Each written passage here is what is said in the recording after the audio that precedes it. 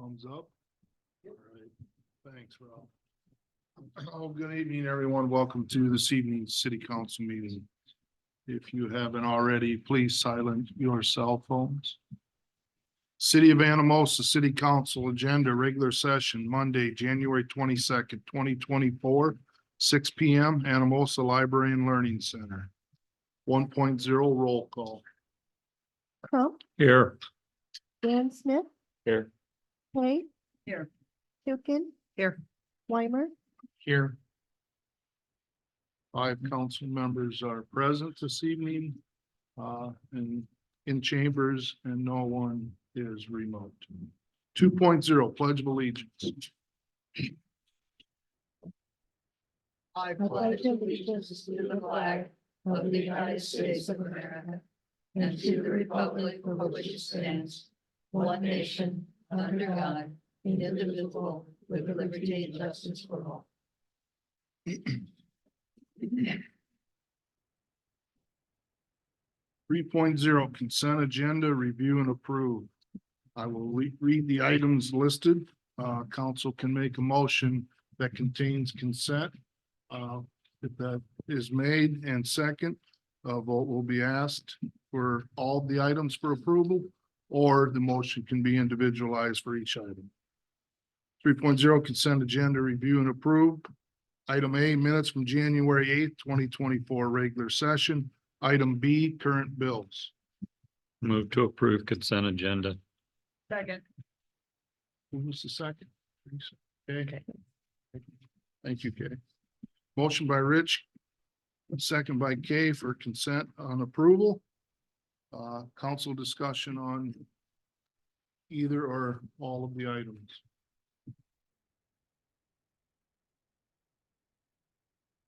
Public comment? Penny, would you please conduct a roll vote? Dan Smith, Yes. Hay, Yes. Tukin, Yes. Weimer, Yes. Crump, Yes. Motion to approve consent carried. 4.0 public hearings, none. 5.0 proclamations, none. 6.0 postponed items, none. 7.0 council action items. 7.1 presentations, hotel motel grant program application reviews presentations. This will just be a presentation with no action items, although council can inquire with questions. Jeremiah just handed me a list. We'll just go from top down. I don't believe it's in any order. Jones County Economic Development. Derek I know- Lums- I know sorry. you understand what to do here, but you would please approach the podium and state your name. Derek Lumsden, Jones County Economic Development. So it was a busy 2023. We finished the downtown facade project on the south side, got all that paperwork submitted and everything. And not only did we finish that one, we started work on phase 2 with the design work, applying for the application, going through that unfortunately rigorous bidding process that we had to go through twice, and work has started. So it's nice to see that happening. So we'll have another one going through construction this year that should be done probably late summer, early fall, depending on weather like we've been experiencing. So that's something we're excited about, that we continue to partner with the city of Anamosa on. Some of the other things that we've done over the last year that impact directly the city of Anamosa. We are in EasyCog's Council of Government region, but we also do a lot of marketing and economic development work out of Dubuque. One of the things that they've had for a number of years that Jones County's never been part of is a brownfields program, which allows us to use underutilized or completely vacant commercial, industrial space and see if there are any contaminations due, contaminant testing, asbestos, lead paint, chemicals, any of those types of things, and then potentially get money for those things to help clean those sites up and be able to resell them or redevelop them. So Jones County's never had that capability because we've never been in a COG region that has that functionality. Last year, Jones County Economic Development finally got in under the Council of Government out of Dubuque. So now we're able to do that, and we're going through the process with 2 properties in the city of Anamosa to get some of the testing done, hopefully get cleaned up and have them available for redevelopment. So asbestos, lead paint, and some other contaminant testing. We'll know more probably later this year, but because it has to go through EPA approval and whatnot.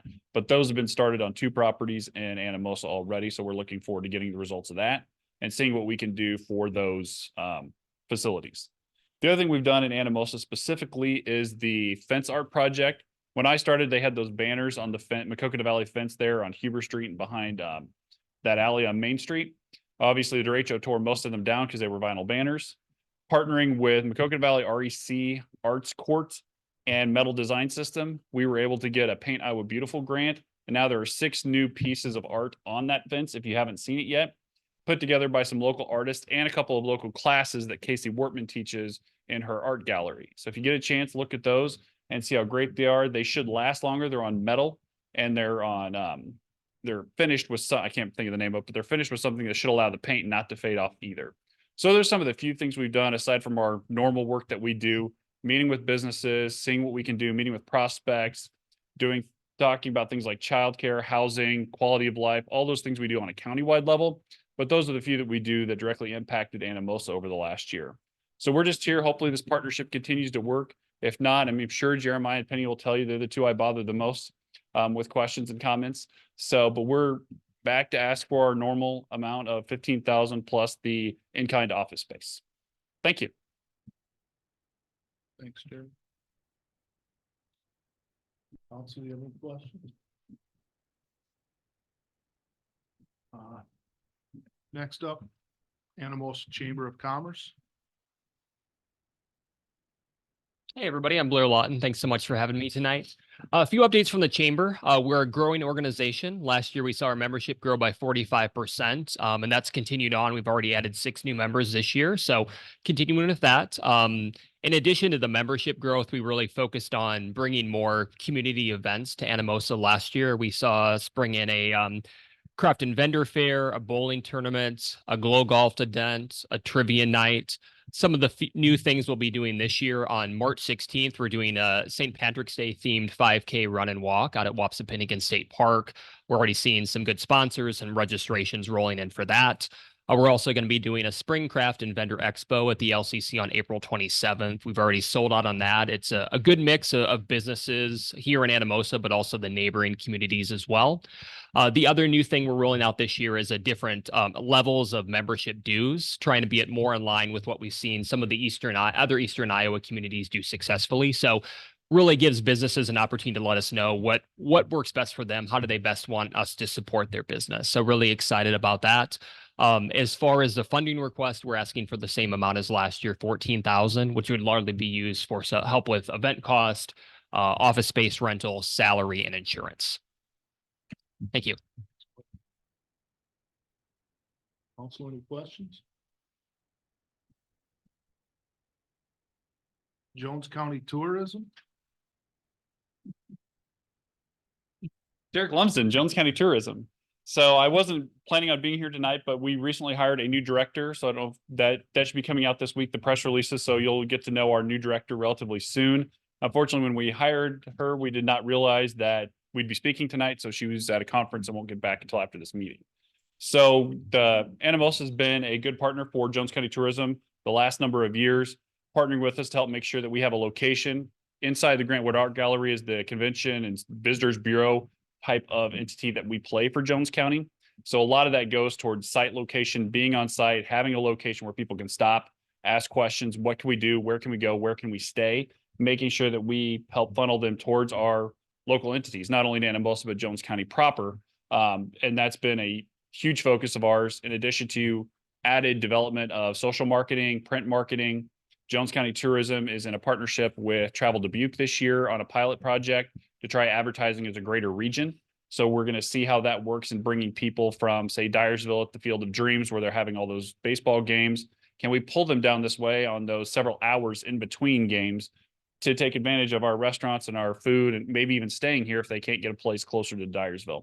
So we have a lot of great things we're going to do. Hopefully, obviously, it'll be a little slow as our new director gets sort of up and running, but we'll be bringing her around to meet with everybody at one of your future meetings. And we're requesting the $12,000 from hotel motel tax that we've asked in the past. Questions? I'll do my best. All right, thanks. Thanks, Jerry. Next up, Anamosa Rotary Club. Don Hardison, representing the Anamosa Rotary Club. For many years, our club has sponsored the 4th of July fireworks, which I'm sure many of you are familiar with. And our costs have continued to rise along with that. We, as a club, volunteer to set up and clean up after the show. Actually, the money that our donations have kind of gone down or not kept up with the cost of the fireworks itself due to inflation like everybody else has.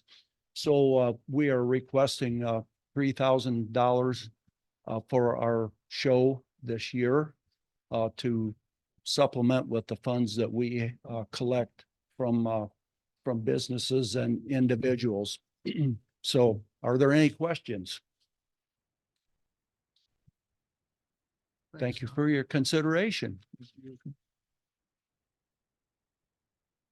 Grant Wood Art Gallery.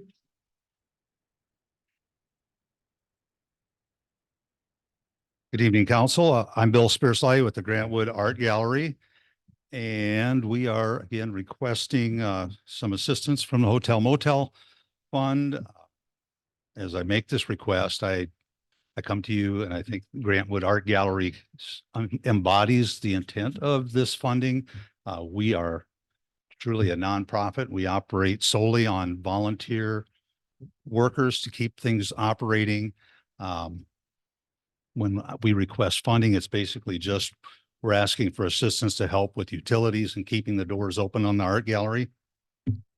Our mission is that we are promoting the legacy of Grant Wood and his heritage and how that impacts our history here in Anamosa. And it's a huge draw for people. We get a lot of people from around the country that come because they're interested in Grant Wood. Last year, we had 15 states represented in our guest log and visitors from France and Australia. So we tend to get a few from foreign countries. And so that's always good to see.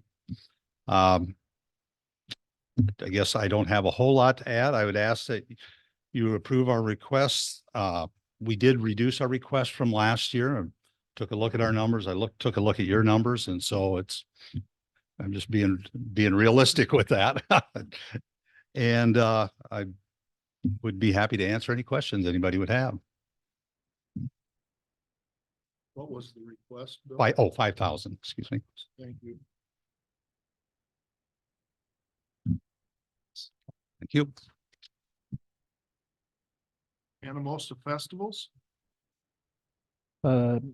Angela had contacted me and advised that she was not able to attend tonight. The request that's in your packet is for 2,000. And mentioned in her application, the charitable purpose, the mission is the charitable purpose of promoting civic pride, historic preservation, and cultural development for the community of Anamosa.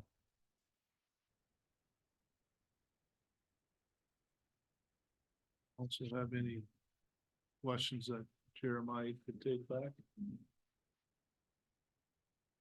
Thanks, Chairman. Jones County Senior Center.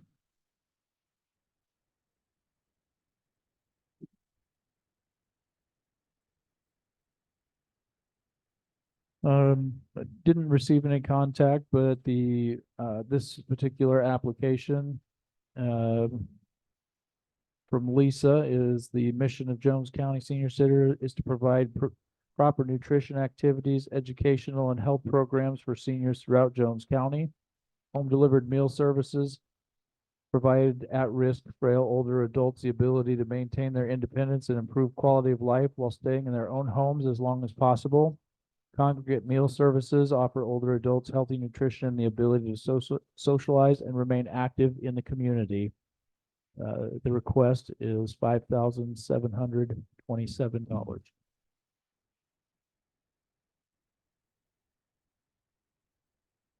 Would, yeah, this wouldn't necessarily be hotel motel. This would be general fund. Wouldn't it? This was mentioned, I guess it was included in last year's similar, as far as the requests go. Right, but there were some that were separated out as general fund and some separated out as hotel motel. And I just want to make sure I am marking this the right way. Sure. Yeah, I would have to look into that. It was just on last year's resolution for the same, so I reached out to everyone who was on Okay. last year's. Yeah, let's get that clarified, which fund that's coming out of.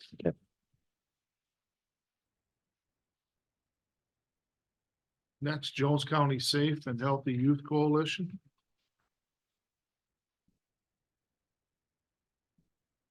Leanna Hoosman on behalf of the Jones County Safe and Healthy Youth Coalition. Jennifer Hoosman had another commitment, so she apologizes. She's unable to be here. So you get me. Besides being on the coalition executive board, I am also on the marketing committee. And I was also part of the Beast group, which is being excellent and staying totally safe. It's the youth advisor group held at Anamosa. The Jones County Safe and Healthy Youth Coalition promotes safe and healthy alternative recreational activities for youth and families as part of our comprehensive efforts to reduce youth substance use in Anamosa and the rest of the community.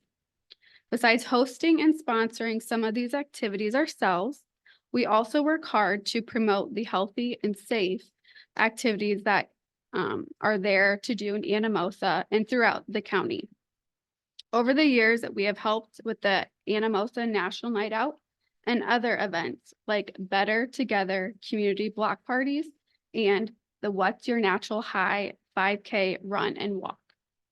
We promote and have our youth help with after school, evening, and weekend fun activities such as trunk or treat and other community celebrations. We often center our positive youth marketing marketing that are shared at the schools and around the communities with all the great things we do in life instead of drugs. So such as music, kayaking, sports, having bonfires, participating in drama, and so on. Our youth have participated in leadership and team building activities at Camp Courageous Ropes course and other activities at meetings that encourage the youth and their families to make the time to have fun together. The coalition also tries to promote the existing businesses in the community when developing their activities, using their facilities and paying for use of those when possible. Speakers hired over the years often do stay at our hotels. We are a part of the Anamosa Chamber and try to support the local businesses when purchasing food for events, using their catering services, or having lunch meetings at their businesses. We also have promoted the local businesses in Anamosa who pass alcohol compliance checks, support the coalition, pledge to reduce stigma, or host fun activities for youth. Thank you for your time. And if you do have any questions, I can try my best. Otherwise, I can relay them back on to Jennifer. Thank you. Juliana. Iowa State University Extension.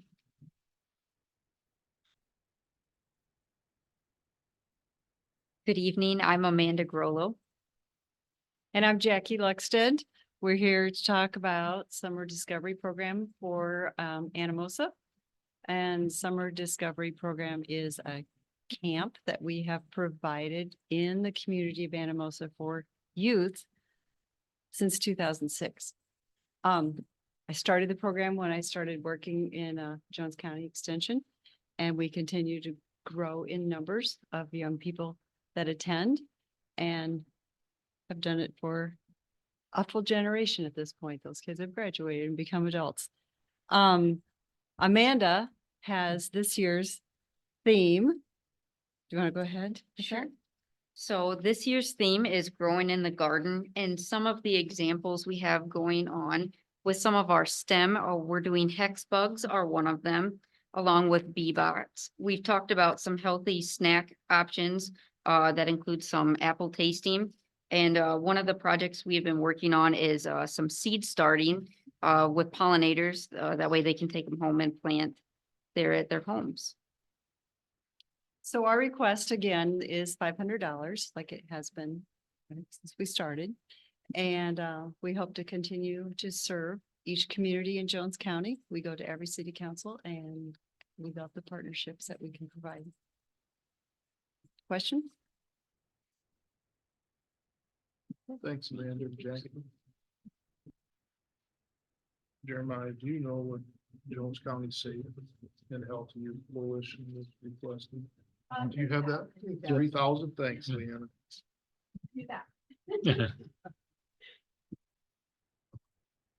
That's all on the list I was provided. If there's others in attendance, my apologies. If you were overlooked, you could please come to the podium one at a time. We'll hear your presentations.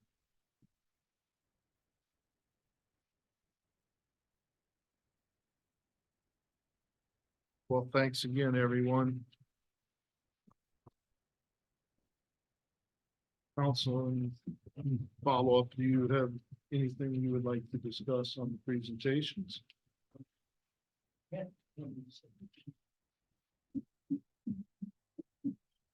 So- I guess if you would send out a listing of a total and which fund that request would be coming out of. Will do. And what you expect to receive for hotel motel tax revenue. Will do. It's gonna be the big player in the game, what we anticipate. You know,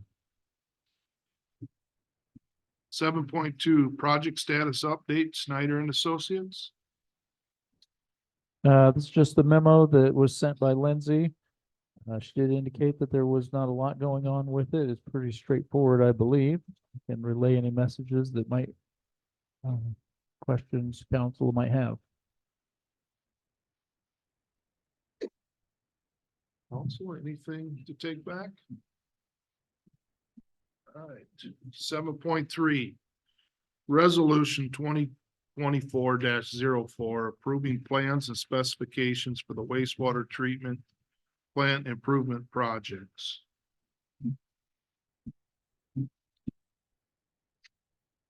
Jeremiah did send this email out. Go ahead, Steve, whatever. Jeremiah asked me to give a little background on this again to remind everybody. So, shortly after I started, the current administrator at that time came to me and said, after talking with Ion Services, who the city had contracted for a while, they recommended that we look at converting some old tankage into a sludge thickening tank and do some upgrades. So that way we'd have a little more storage and it'd be a thicker sludge to put through the press, try to make it a little more efficient. So in June of 21, we started this process. We went out, we got some quotes from engineers. We chose then an engineer after that. After this kind of grew and developed a little bit in some conversations, we decided to then include the press to try to update the press to try to make it more efficient. So that way we could have the press run during the night hours, come in, unload the truck, and save 4 to 5 hours of labor during the day that we could have somebody do something else. This also then turned into doing some nutrient removal that we now actually have a mandate from the DNR to get this completed. I have a copy of the page out of the permit where the construction schedule has been mandated now. So the phosphorus removal has to proceed. And then also with this too, we have a pretty big hazard down there that we needed to get some engineering and get designed so it would be a safe working place. So, like I said, this project started in June of 21, and here we are now finally to the point where everybody is all signed off. Everything's ready to go, so we can finally take this out for bid. We also did, if you guys remember last year, I want to say maybe January. I don't know if Mike is here from WHKS and Jonathan is online. So if we have any questions, you guys can ask them. We did receive a design loan for this through, I think it was SRF. So that we could do all of the designing of this project, and it didn't actually come directly out of our pocket yet until we start paying for the project when the project moves forward. So that's kind of where we're at. So now it's to the point where the project is complete. After the last 3 or 4 months have been spent going back and forth with floodplain because of the location of the wastewater plant, getting everything modified to make them happy so we can move forward. So what other questions do you have?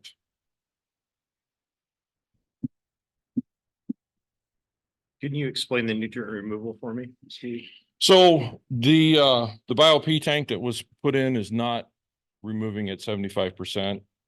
And so we have to go to a chemical addition, aluminum sulfate, to try to get that closer to the 75% removal or exceed the 75% removal.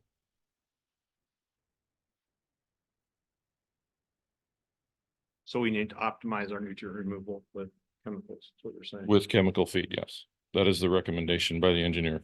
We've tried some other changes, with working with Aeromod, tried some other changes and did not have any luck with recycling some wastewater out of the main plant into the BioP to try to optimize it. It did not work.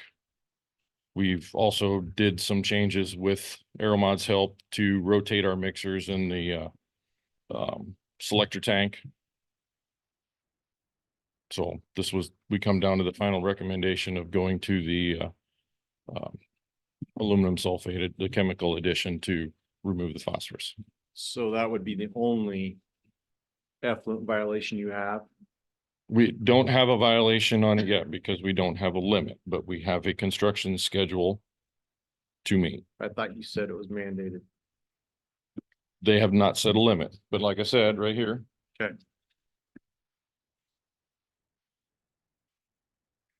Pass those out, please, Robert. That's a copy of page 14 of our current wastewater permit.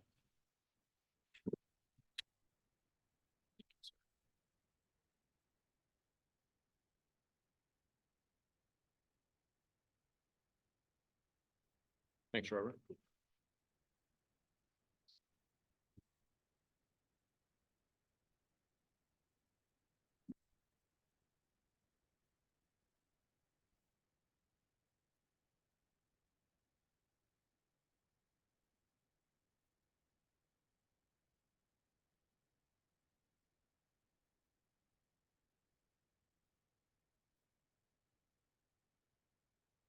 So Steve, with me reading this, it looks to me like this belt press has no part of the nutrient reduction.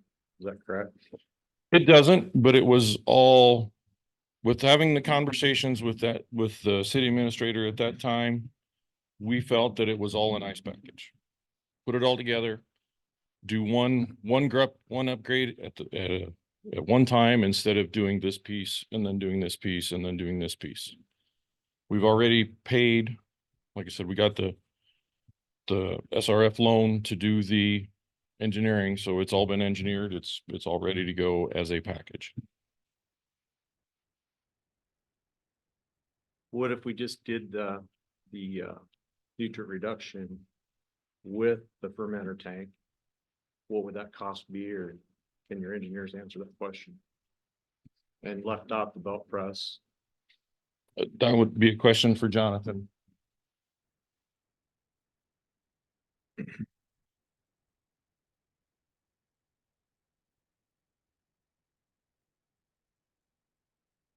Right, yeah, no, thank you. So the question was about addressing the fermenter in some fashion and perhaps taking the press out of the scope. Correct. All right, so the fermenter, the fermenter essentially provides additional carbon. And what we're kind of seeing at the plant with the modifications Steve had mentioned, and we've done a little bit of modeling, wastewater modeling to back this up. We're still working on a report, but it looks like that the influent carbon is not enough to drive the biological side of phosphorus removal. So essentially, there's two different ways to remove phosphorus, biologically and chemically. So just addressing the fermenter would not look like that the city would meet that strategy limit, which led us more towards the chemical feed side of things. As far as the belt filter press goes, operations staff have indicated that the equipment is very time consuming and is nearing the end of its useful life. So the engineering report that we did kind of outlined different alternatives that looked at, rehabbing the equipment, replacing the equipment in kind, and then a new screw press. And from a life cycle cost analysis, it panned out that the screw press would be the cheapest alternative in that 20-year life. So that was the recommended approach for the screw press alternative. So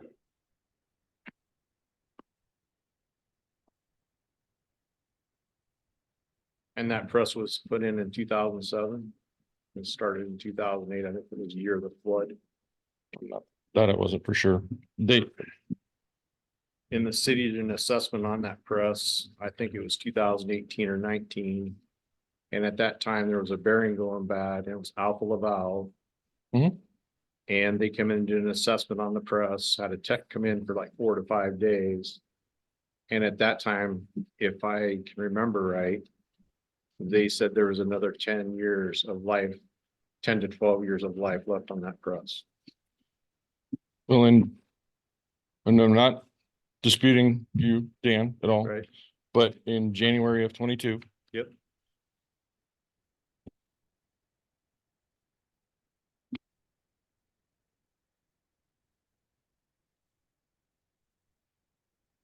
I had Alpha Laval Yep. come back in and they basically recommended that it be rebuilt. This is the packet that they sent to me at that moment in time. Okay. I'm trying to just get up to speed, Steve. Yep, nope, that's fine. I just wanted to show you that, I didn't just pull this, that I tried to do my due diligence to make sure that we were doing the right thing.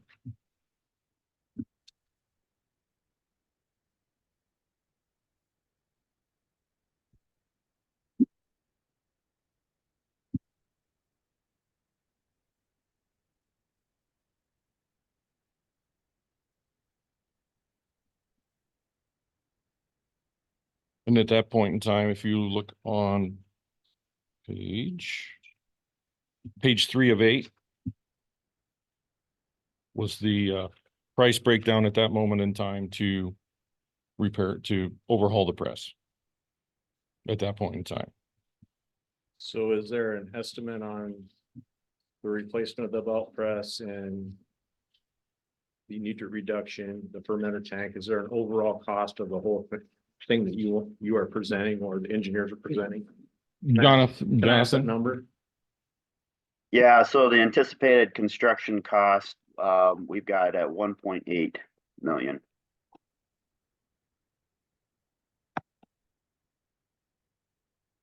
So can I ask if we rebuild that press at $184,000 and an additional cost for your nutrient reduction, actually chemical feed, what would that total be?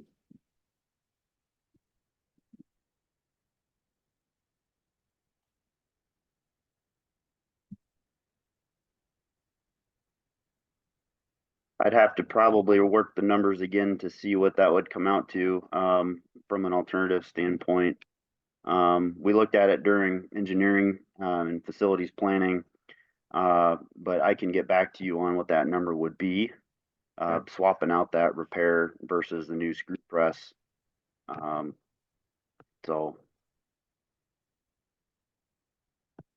Okay, thank you. Yep.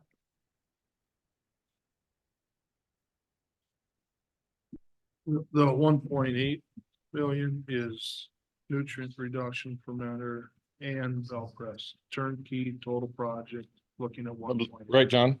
That's the whole project? yeah, it's the whole project. The fermenter, we're not really touching, as part of the project. It's, the belt filter press, replacement with screw press. It's a chemical feed. It's modifications to the pit. I guess I would have one more question. So when we built the Aeromod plant, we had two digesters sized to that plant. And then the way I understand this is you want to rehab a digester. Not on the plant. This is No, the old digester. digester for a thickening tank, yes. Correct. What is the advantages of rehabbing that tank? What are you gonna gain, or what's the city gonna gain by doing that versus coming right out of the Aeromod plant right to a belt press? Go ahead, Jonathan, I'll let you. All right, yep. So it essentially acts as a buffering tank between the belt, well, the screw press and the Aeromod plant, essentially giving the city additional flexibility to run the system how they want, waste the system how they want. If the screw press needs to be down for maintenance, they don't have to run it every day of the week. They can decide when they want to run it. They can store biosolids in the tank. Essentially gives them added flexibility in the system overall, which I think Steve and Robert were both after, as part of this project. So we went ahead and incorporated it, and so does that answer your question? I believe so. Thank you. Yep.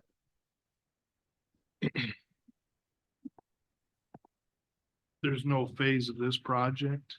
I guess I shouldn't say there is none. Will any part of this phase of the project address the retention tanks that we talked about The, one time for the intrusion on those peak? that is a Something different, totally different. that's a totally different project. This is just some improvements with the biosolids. That project is coming also. I don't know where we're at right now. Last I knew, we were getting the grant, but I don't know when they were bringing that to council for approval. To be at the same place where we are with this one. You feel that this project would have greater priority than that project? Because that's the bypass. Yes, both projects I feel are very important.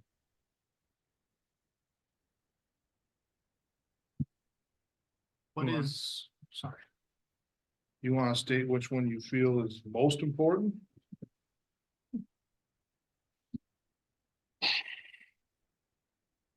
Probably would be the EQ basin. The retention. Right. That would be the most important, but on the other hand, we have a construction schedule already with the DNR for the phosphorus removal. So we are committed to that also. So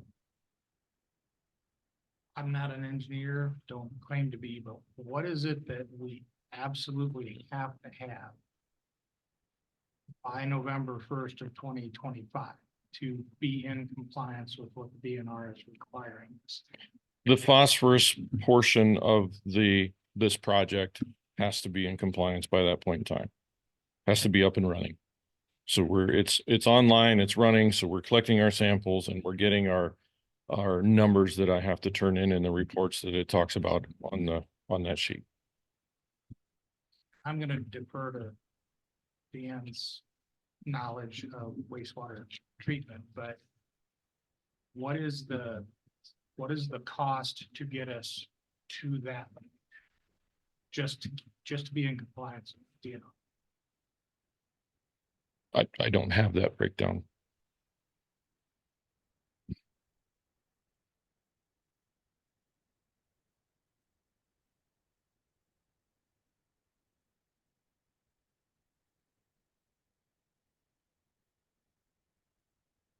And I guess I will ask this question to Jeremiah, what's your feelings? And how are we sitting financially? And what would we be doing to the taxpayers of the town? Well, I think at the end of the day, when we sit down and try to figure out how to fund it, you know, it's most of it's going to be through the SRF, as he stated. That does affect our overall debt limit. it- I don't know, the problem is these don't exist in a bubble, so we have to try to prioritize the projects the most efficient way over the course of a period of time. You know, and this is as we're also paying these down some and acquiring new, so kind of a puzzle piece to try to put together and make it work. I sent out the overall city's, you know, financial outlook a couple of times to council and department directors. We've discussed it as well. So there's certainly some concerns about how we prioritize it. I think that's important to make it work correctly. I just think we got to be careful that we are not overextending ourselves. So if it's, you know, the directors can attest to this, I keep talking about what is required, what is necessary, and what is reasonable. And I think we got to keep sticking to that to the best of our ability. Obviously, that could be subjective as well. Thank you.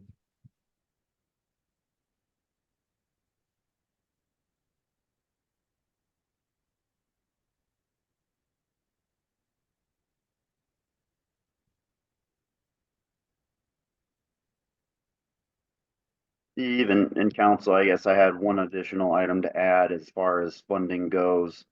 So as it was mentioned, that we are going after, or we are on the IUP for the SRF program for the loan. But we also are trying to get, there's some loan forgiveness through the SRF program, through the Bipartisan Infrastructure Act, the bill, some bill money. And there's potential to get up to, I believe, 1 million or some percent of the project in loan forgiveness, as well as some additional money through a WTFAP grant application that we submitted last year, that would get some additional monies to for the project as well. Kind of wanted to add that in there. It most likely we won't hear until at a later date on how much the city would get in loan forgiveness. But it is our understanding that the city of Anamosa would be, or could be a good applicant to receive a decent portion of that.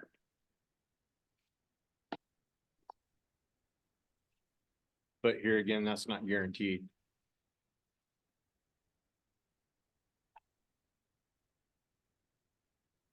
That's for total cost of the project.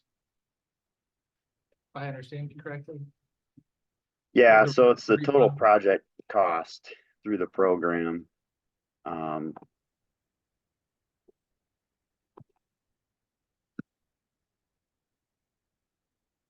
make any modifications, would it jeopardize that?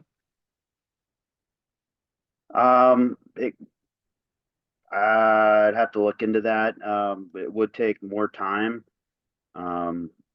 to coordinate with DNR and revise the plan set and the specifications that have been prepared. So it will add schedule to that. I'm not 100% sure if it would jeopardize the loan forgiveness portion. There is a certain timeline that I'm not 100% sure on, that we have to be from when we submit the IUP application to when we open bids, I believe. So there is a certain time frame. I have to double check on what that is, but yeah.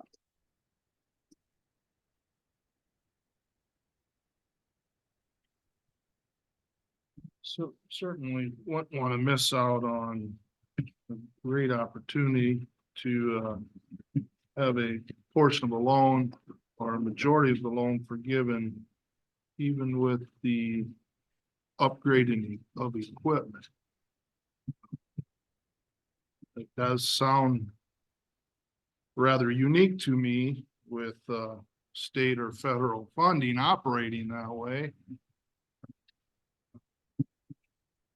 I could certainly see it on bringing the wastewater treatment plant up to compliance with DNR regulations or any other state required regulations, which I would think would be more the focus on the forgiving loan side of it. But again, that's way out of my realm of any knowledge other than just maybe some common sense.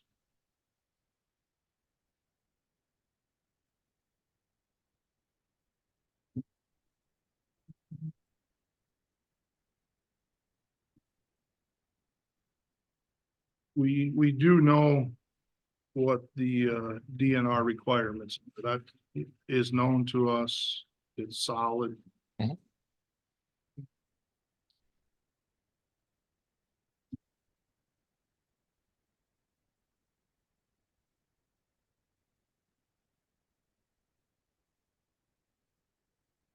Do I understand correctly that we can't know which part of loan that might be forgiven until we're in the process? We can't get an advance notice of how much might be forgiven? That's a Jonathan. No, I've asked that question on another project, and DNR has priority points for individual projects to essentially score the project. Lots of things are taken into account: socioeconomic status, disadvantaged community. Various items are taken into account when allocating funds, and I've asked the DNR and haven't gotten any direction or a very good answer. Thank you. In the past, have you applied for these types of grants? And if so, how long from time of application to time of approval to time of disbursement of the funds does it take? It's a good question. In regards to the WTF grant application, or I guess maybe clarify the question as far as what funding source you're wanting to know? Well, I'm kind of new to this, so you had talked about this loan forgiveness program for this type of project. Okay. And so I'm just trying to figure out from a budgeting standpoint, if let's say that we were to say, yep, let's go ahead with the $1.8 million total renovation, and we expense that out in 2024 and 2025, when would we expect to get the money that we've spent back into the city funds, I guess? Yeah, I think it depends. It depends a little bit, but from what I have seen, final completion for projects. So when the project's closed out is when I think you submit the final paperwork for the loan and that sort of information. And at that point, it might be sooner, it might be during construction. I have to confirm that, but sometime during the project, if not at final completion, is when the city would get notification of some degree of loan forgiveness. The bill money is rather new. It's kind of recent. So I personally have not had a lot of projects that have gotten to that point yet of knowing really. So hopefully that helps answer your question there. But sometime in construction, and for sure by final completion when loan paperwork is submitted. Thank you. So to follow up with Todd's question, the loan, if it's not forgiven, at what interest rate are they applying on that?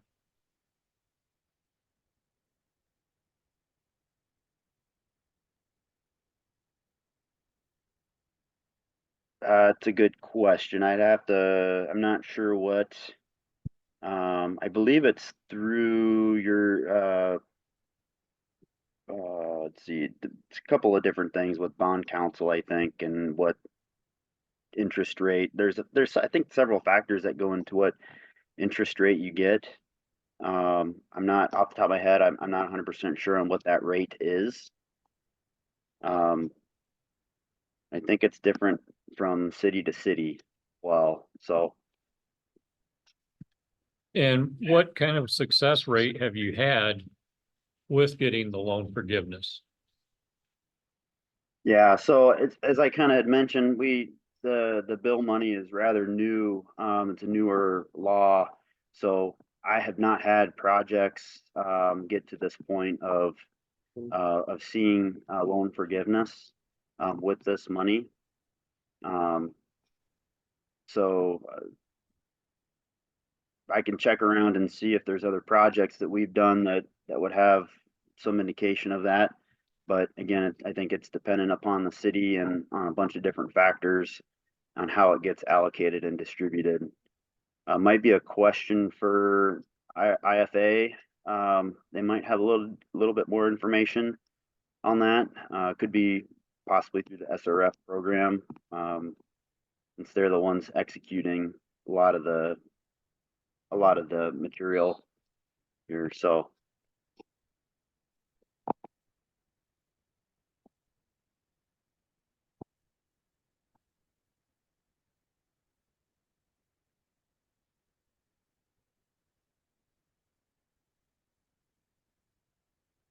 You refresh my memory. What's the SRF acronym stand for?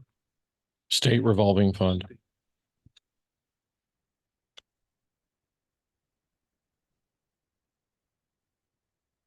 At one point, there was talk of a plan fast reconditioning. How long would that last if it were to be reconditioned? Don't remember.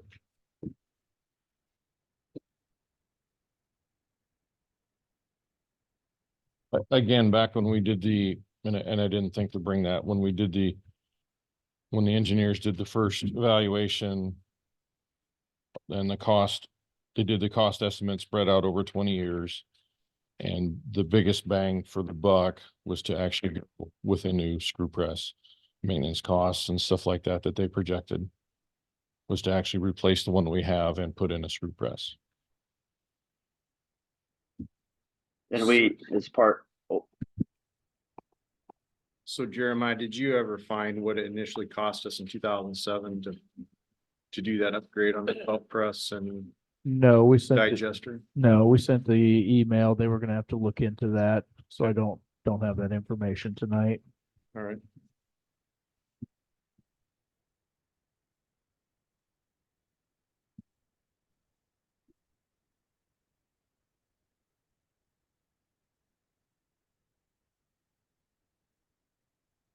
So it sounds like there's several questions still kind of hanging to be answered and with your email that you sent out earlier. I think I'll just make a motion to table this until we can get some of those questions answered I will second it. for everybody. Motion by Rich. Second by Dan. To table. I would imagine Rich and Dan, you're both looking for that project, total project cost less the belt press. Well, if they could put it into a menu type scenario so we could see each piece of this project and break it down, I think that would make it a little easier to digest. I think that'd be beneficial. And I'd like to see it broke down by priority, what we actually have to do to be in compliance. Nothing extra, just what we have to do currently.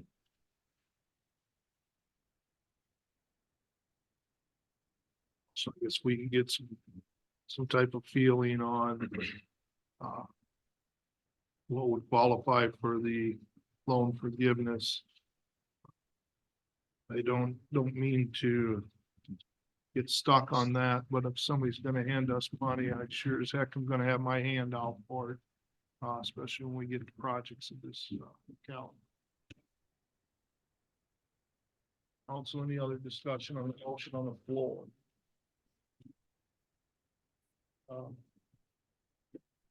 Steve, WHKS, got any comment before I open this up for any public comment? Yeah, I would, Good evening. I'm Mike Shimkus, with WHKS.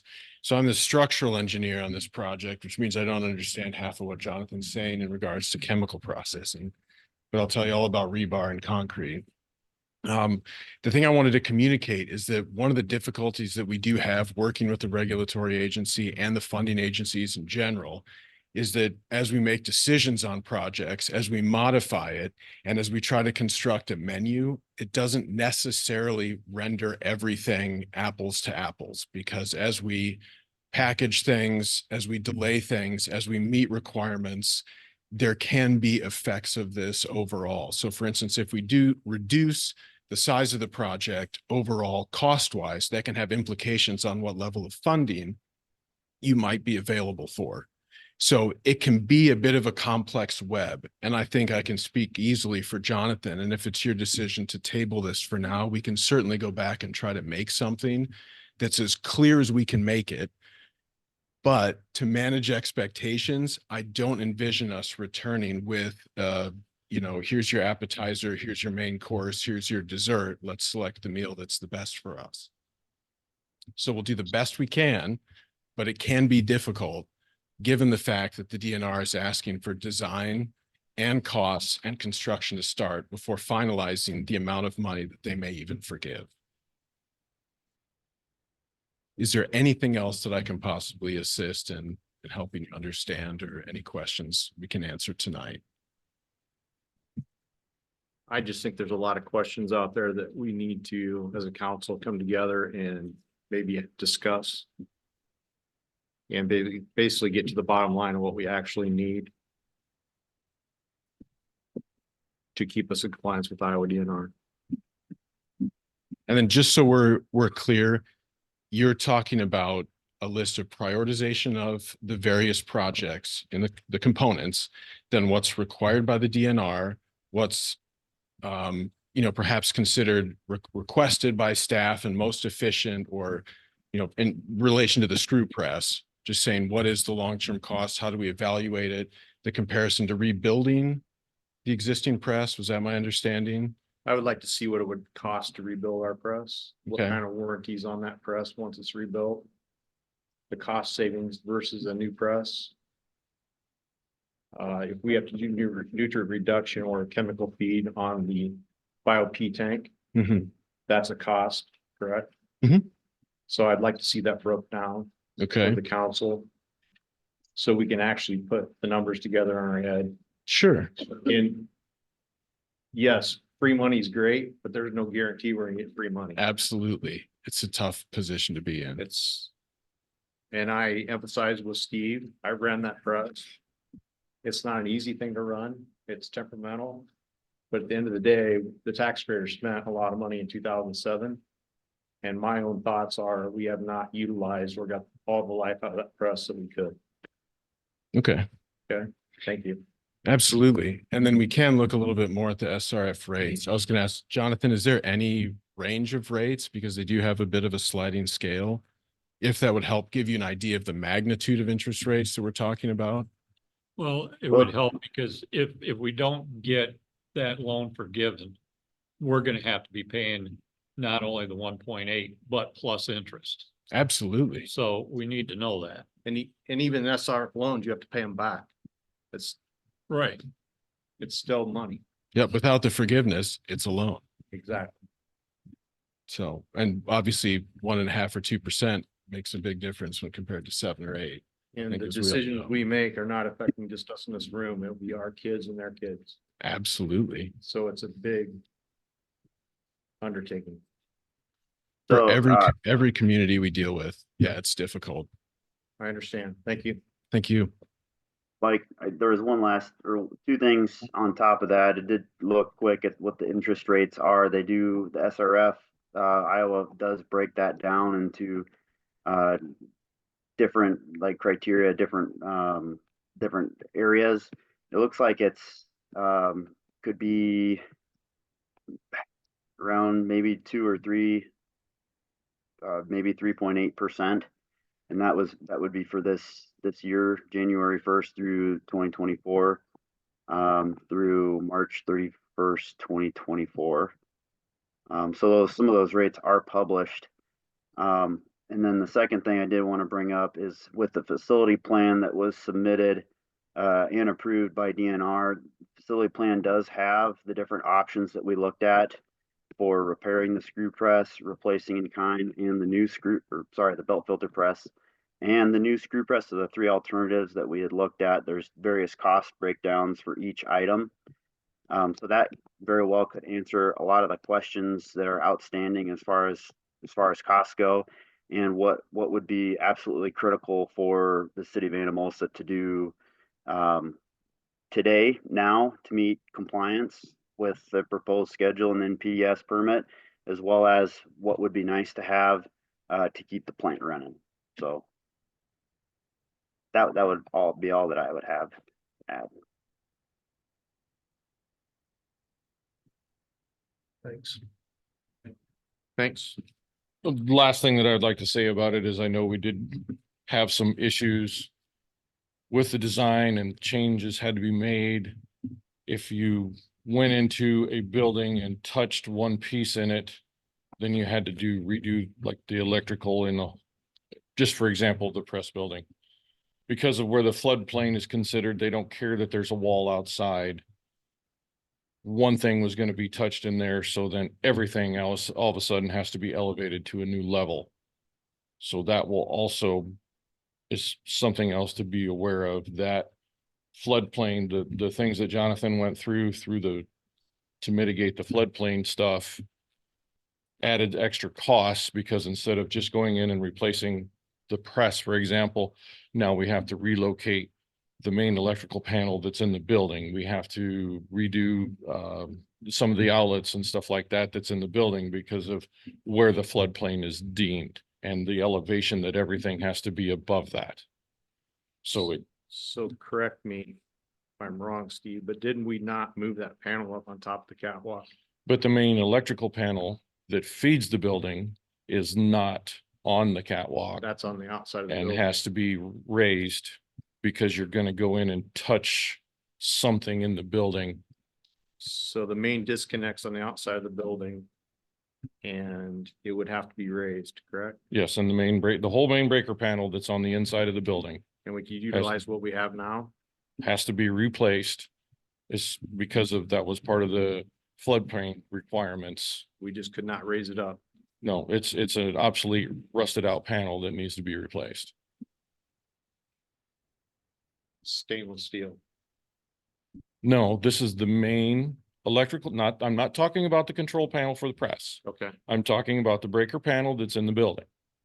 Oh, Where the main feed, panel on the main backside of the feed building. comes into the building. Yeah, Like I said, just because you go in and touch one piece of equipment, that should have been stainless steel from day one. I Well, agree. but it wasn't. But just for example, the Yep. floodplain requirements said that we have to then elevate the polymer totes sit on the floor of the building. The polymer totes have to be elevated above the floodplain, I so it'll understand. bring it off about 3 foot off the ground. The whole Yep. polymer feed system, we're not doing anything with the polymer feed system. The intention was to unhook it and hook it to the new press. Yep. We now have to relocate that because floodplain says, no, you're going in and touching the building, you're using some of their money. You have to relocate it. So then now it'll be 3 foot above the floor. So also take that into consideration when you're looking at the numbers, that there's a lot of little things that have multiplied because of the location of the wastewater plant. So that's all I have. Thank you. Public have any comment? You need to come to the podium, state your name and your residence of address. Heather Oswegan, with Keller Williams Legacy Group, 211 East Main, as I have an office here in town. I'm not sure if it would be helpful or if you guys have exhausted the efforts of looking for federal grant money for this project. But my sister-in-law works for the Department of Rural Housing and Development out of the Tipton office, and I have specifically had conversations around a dinner table with other projects that she's been involved in, including for some other wastewater treatment plants. I'm positive there's probably some federal grant money out there. I'd be happy to connect you with her. She's worked for that department for 30+ years, and there's a lot of federal grant money that people just don't even know about. So anyway, offering my connection. Thank you.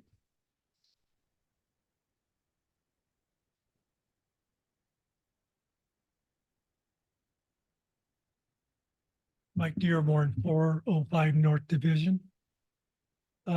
First question, I keep hearing this, you're talking about engineering costs right now and calling it a loan. Can you tell me what that cost is to this point in time? In terms of design engineering. Yep, what you got in costs that the city's gonna have to come up with to this point? Where are we at? Jonathan, yeah. I do have a number. So we don't have a construction contract yet. Off the, I could ballpark what that number is. I don't know the exact number off the top of my head, but it's something like 130,000.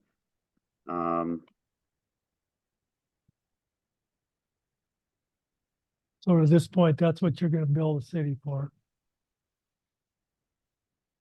Right. And it could be more during the construction phase. Right, it'll be a percentage. Right. Okay. Is that amount part of the 1.8 million? So that 1.8 million was a construction fee. So that would that number is what we would see from contractors.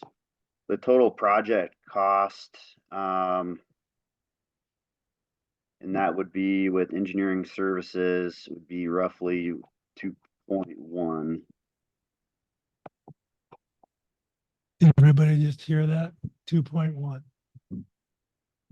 So I guess council, I know some of you are new to council, but at what point did you guys vote to okay this engineering for this project? How long ago was that? Can anybody tell me?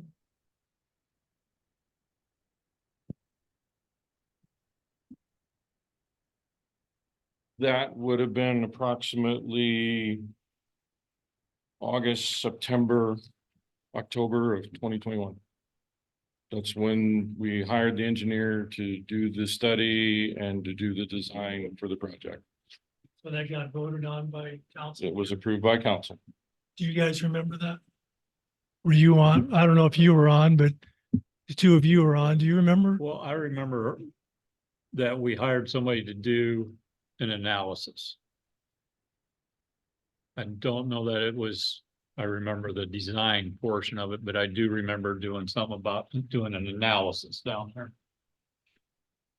So that's a big difference. I mean, we're talking a lot of money here. They've already racked up Right. in engineering. Then we came back later after we had the design analysis done with the design agreement to do the design. And that was a separate vote, a separate That was a agenda item. separate agenda. I'm assuming you don't remember that. But on top of my head, I do not remember that. Okay. Okay, that's all I need for that. So another question of mine is, since this plant came online, I believe in 07, 08, something in there. I mean, it's a multi-million-dollar high-tech plant. I remember it because I was involved in some of the things that when it came online. And it sticks in my mind that they had put a life expectancy of somewhere in 20 years. Well, maybe you remember that. Am I way off on that, or? 20 years on what? On the life of that plant to survive growth and anything else, just in general, that plant was going to be good for us for a good 20 years. I believe you're correct. I'm not exactly for certain on that, but with the belt press and the changing regulations with Iowa DNR, you have to spend money to stay in compliance. You I'm understand? sure, yeah, there's maintenance things along the line and upgrades. Upgrades are different than total rebuilds. Obviously, I'll know that. I would think that plant, and I hope that plant will be here for the next 30 years. Okay, did you ever dream that at that time being a biological, and I'm probably not using the right terms, but going from strictly biological plant to a combination biological and chemicals, was that ever part of the scheme of things back when it came online? The original design, not that I believe, because we put the nutrient reduction tank in after the plant was built. When I went to Aeromod school down in Kansas, every plant down there had a nutrient reduction tank in front of it. And I came back and said, why don't we have that? But Iowa didn't require any nutrient reduction at that point in time on the phosphorus removal. Then they started looking into the phosphorus removal. And then they did put limits on us, but we had to start moving to that caveat. We had to move towards doing phosphorus removal in front of wastewater plants. But not chemical. But not chemical. Right, I remember that. And I Yep, remember yep. because You're right. I was very ignorant about the whole process, and I thought, how in the world could that biological part of it handle our city? But I was walked through the plant, and I was made to understand how it worked. And now all of a sudden, we're having to introduce chemicals into this. I understand things change, but Well, to me, that's a little bit drastic. here's a thought, and I thought about this when I was here, we first talked about the retention tank. If you don't have a retention tank, and we have a lot of I in this town, a lot of water coming into our sewers. And that sludge or material is at the bottom of that sewer. And you get a slug of water coming in that plant, like I'm talking a 4-inch rain, Richard, you know. Where's all that go? It goes right to that wastewater plant, right? Mhm. So you'll see spikes of where you don't get any phosphorus removal because that slug's going to the plant. It's a biological occurrence. And basically you're overloading the plant. So my thought was if we put a retention tank in, we could slow that flow down, treat that waste going into the Aeromod a little bit at a time and meet our limits. Does that make sense? Somewhat. But to me, that's not a rebuild of the plant. I mean, that's upgrade. That's, fixing what we have, which I'm all for. If we need, well, we obviously do have to do something to comply. I understand that. And That doesn't mean we got to go crazy and just to give you a little background too, and I think probably Rich and Kay probably know this. When I came in front of the council and we started talking about retention tank, and if I'm wrong, correct me, I'm just going off memory here. We talked about doing the retention tank, but also investing money in our system for slip lining, for manhole rehabs, which I don't know where that's at or where that's went since I've been gone. But that tank is not a permanent fix. That tank is going to be down there just to protect the plant.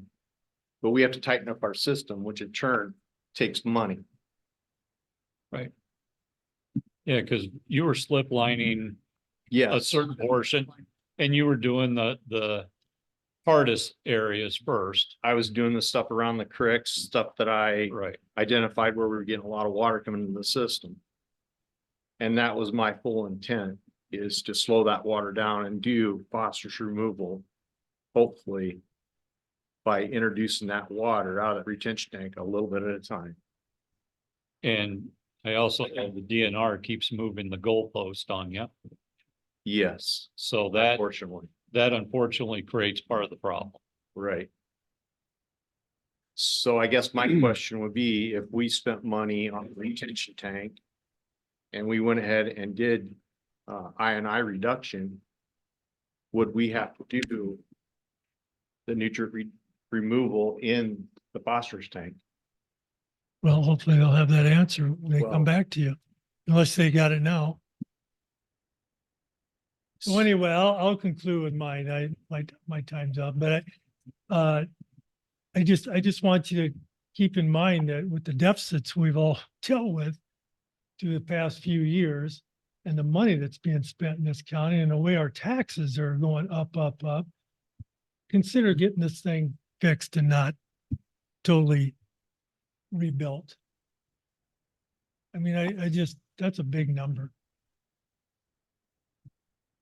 I mean, let's think about this, and it's great to see that you're tabling it. And one other thing, as council members, I would not be very happy if I came to a major presentation like this and I was given handouts on the site to have you look at on the spot. That should have been in your packet, so you had a little time to go over that stuff. But yet you was thrown in front of you and you had to sit there and read and look and try to understand. It's not the way it should work. Thank you. Any other public comment? Let's take this to vote, Penny. We'll start with K. This is to postpone. To postpone, yes. Tukin, Yes. Weimer, Yes. Crump, Yes. and Smith. Yes. Motion to table, postpone, until additional information can be made available, carries. Thanks, Mike and John, for being with us this evening to answer questions that we had put before you. 7.4, resolution 2024-5, rescinding the sale and conveyance of parcel 2010-69, part of lot 15, Anamosa Commercial Park, second edition, Anamosa, Iowa. Also identified as auditor's parcel number 0535476009. Just recap on this, the council here a while ago, we received some interest in this property. The potential buyers, had contacted us and, we worked through our city attorney to get this thing prepared. Since then, there's been other developments and they have, opted not to purchase this property. Essentially, since the resolution was passed to do that, our attorney advised it wasn't a significant issue to get back to ground zero. Just needed to pass another resolution stating that the former resolution was no longer the council's intent. So that is what this resolution is about. Second. Motion by Kay, second by Teresa. Council discussion. Public comment. Penny? Tukin, Yes. Weimer, Yes. Crump, Yes. and Smith. Yes. K. Yes. Motion carried. 7.5, resolution 2024-06.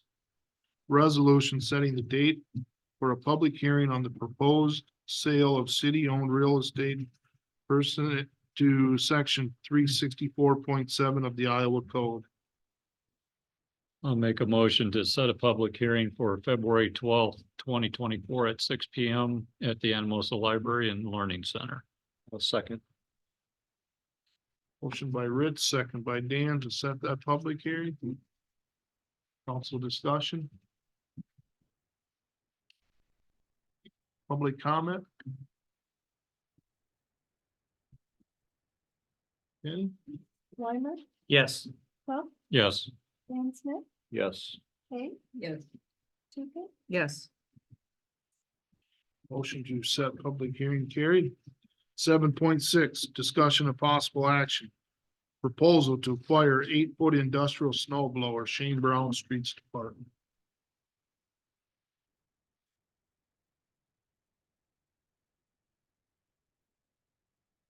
Good evening, Shane Morrell, Streets Department. This last monster snowstorm we had, which is uncommon in the state of Iowa, let alone around here. This isn't just why we want this. For the last 6 years, we've had to plow out at Grant Ridge, out by JMP Cycles, which is now Boomerang. The snow just piles up out there. And it piles up in the residential, and we're having trouble keeping ahead of it. The other day for the roundabout, we had 2 inloaders out at the roundabout for 8 hours to get that opened up. That was 2 guys for 8 hours that we could have had them doing something else. And we'd have been done a lot quicker. But at that point, after the 8 hours, we still had to get Blue Trek down to around that horseshoe, at least to ITC to keep them open for that power plant. If that would ever go down, we'd still have to go out and try and get them open. We spent another 2.5 hours there just to get a path to that power plant. And we could have done it in probably an hour with 1 machine. I've talked to another town that does this. And you have to own the snow blower and then you rent a tractor. I didn't want to go this route. I thought we could handle it with the unloader or the inloaders, but it's not, it's too much. And I think with that new, I don't know how much that dentist office is going to cost out there. But when the snow come around that, it just sat. It's 4 or 5 feet deep. It's just a lot of wasted time on 2 guys to keep that open. I did hear that Cedar Rapids was closing streets down until after the storm and nothing was going to get in or out of that. I did not want to do that. I wanted to keep it open to our best of our ability. And it cost us 2 guys for that 8 hours. And we use those inloaders all over, fire station, cul-de-sacs, places we can't turn around good in. Those are the best for those. And then we just have to go in and salt them. So I'm proposing tonight a snow blower from Kaminga Motors for $7,800. I did call around. That is not something that a lot of dealerships handle anymore. Because those snow blowers were just sitting. Because we weren't having the snows.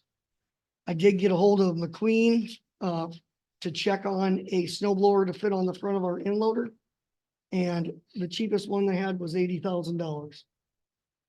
And I didn't think $80,000 sitting around 6 months out of the year was a good benefit. And I didn't think that 7,800, if it had to sit, wasn't gonna break the bank because we know we're gonna use it. Just today, over the weekend, we had to go back out and revisit Grant Ridge. They were half plugged up again. Last Sunday, 3 of us came in and we were there, what, 2 hours? 2 hours at Grant Ridge, so people could get in and out. We're trying, I mean, we're doing the best we can, but we're not utilizing our time out at these places. And I think it'd be better spent with a snow blower where we could get the snow away from the roadway better. Those drifts out there are 4 and 5 foot, just like they are out the roundabout.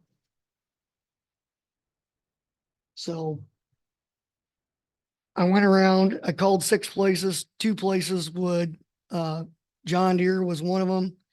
They have 1 snow blower, maybe they don't now.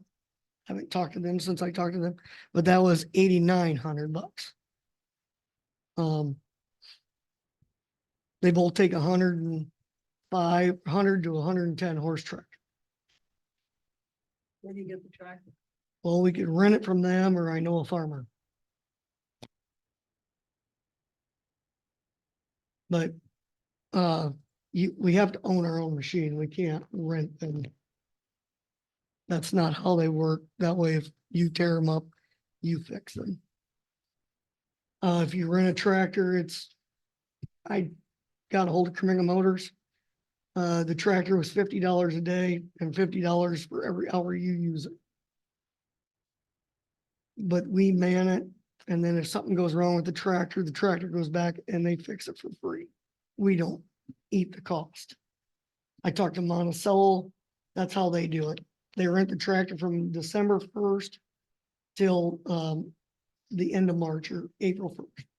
And then the tractor goes back and the snowblower stays here. My other thought was maybe to reach out to a farmer and see what he would do for us if they had a tractor just sitting around. Our options are not limited, I guess. We just can't afford to have a 100-horse tractor sitting here right now. Not that it won't be down in the future. We're getting a lot of these big retention basins from Rice that the city's inquiring. We will have to mow those. And so a batwing mower is probably in our future too. Just to keep them looking nice. So I thought we'd start here, see what y'all thought. But I thought our time would have been better spent everywhere else besides three spots. Cause we do Walmart Hill too. So there's opportunities. Rich Crump's Road, I don't know, he's out on Old Cass. And this year we had a drift there that we had to have the big end loader there for 2 days in a row for a while. So it's not like I'm just coming up here. We do have a small snow blower for our skid loader. It works great for its application. It's just too slow for out there where we have the monster stuff. So the one that we're proposing tonight has double augers, and it'll throw it 125 feet to get it away from the roadway. So I just want to understand, so we rent the tractor from December 1st to March 1st, like Monticello does. Yep, that would, if you didn't put any hours on, it'd be $5,500. Okay, so it is $50 a day, whether we use it or Right. not, and it just sits on our lot. Yep, And then it's $50 an hour in addition to that for every hour we put on it. yep. Not saying we have to keep it till April. You could probably get the thing in January if you felt comfortable with that, and then you would only pay till the end of March or the 1st of March. And do we cover the insurance on that then when it's sitting at our facility, or? They should have the insurance on them. That's why like I said, I talked to Monticello when their tractor broke the other day. Kamingas came and got it. There was no added bill to them. So how big's your snow blower for your Bobcat, for your skid loader? It's a 5-footer, Like, 84 inches, what'd that thing cost, do you remember? $8,900. So could you sell that unit No, and buy the other one? no. Cause it works great on Main Street and we can get all the snow off of Main Street quicker. And I can be out there. Or somebody can be out there. That is a beautiful tool for parking lots, getting them clean. And going down Main Street, we're not backing a loader out into traffic. Now we're following the truck. So we're in line before, and I've done this lately, and cars, we've picked up piles on Main Street. And you have to dump in the side of the truck, and now we're fighting traffic. Now we're not having the safety issue of darting in and out of traffic now. We're following. So we're doing a lot. So now everybody works together here, which is amazing. There are 2 skid loaders on Main Street and 2 trucks hauling snow away. Then we have 2 tonners on alleys, and the 4 dump trucks are on city streets trying to get them open. I also have 2 inmates, and they have an inmate that has picked up and they're shoveling sidewalks for us, running the lawnmower, we're actually doing a better job. We're more efficient at it. And it's amazing. Do you guys utilize that wing we had on our truck? We take that off because it broke. Something with the hydraulics and we weren't gonna pay to fix it. Came through town very early one day last week when we were having the snow issues, and I saw how you guys were doing Main Street, and it was much more safe, particularly that early in the morning, so I did appreciate that. So are you proposing to buy this year under the 2023 budget, or are we talking about No, next year? right now, tomorrow morning. So are there things that we're going to kind of back to a little bit about what Jeremiah said? Because we do have a budget that Yep. needs to be fixed. We don't have money growing off trees. I already have this in the budget. This has just been sitting there. It was supposed to buy a lawnmower last year and I didn't get a lawnmower, so since we've had all this trouble out at the roundabout and other spots in town, and it would have been great in the cemetery too. But you're anticipating at some point needing an additional lawnmower, as I hear you talk. But that can be on next year's or 2 years or 5 years down the road. Would the intent then be to buy a tractor for mowing purposes that then this could be utilized for in the winter and taking the time off in the summer, or whatever kind of mowing equipment you're gonna be using? Right now, these detention ponds, you're gonna have to mow with a zero turn, and I don't know how many hours that's gonna be. That's a pretty big detention pond behind Chamber and Caitlin and I know which Councilman. one you're talking. Very They did familiar. such a nice job fixing it. I mean, you're gonna want it somewhat manicured, some. So if my math is right, you had two fellas out for 16 hours doing the roundabout. And if we were using, well, I don't know what we're hourly rate, but so we would have $800 worth of cost for the mower rental itself for just those 8 hours plus the $50 a day fee, right? The tractor. Or, Sorry, nope, you're fine. I poorly worded. so even if you took $25 an hour times 2 for 1 hour, you had $50 an hour. And then take that times 8 hours.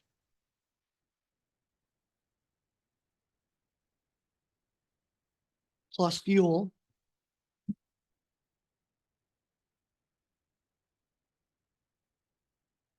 I don't have a calculator. man.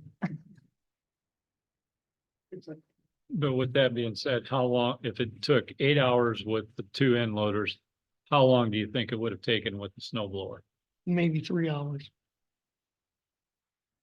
One person. one person. So this year, the snow's been not enough. If you think back, how long has it been since you faced so much snow over such a short period of time? No, we've dealt with more wind than snow, so it's piled up out there anyway.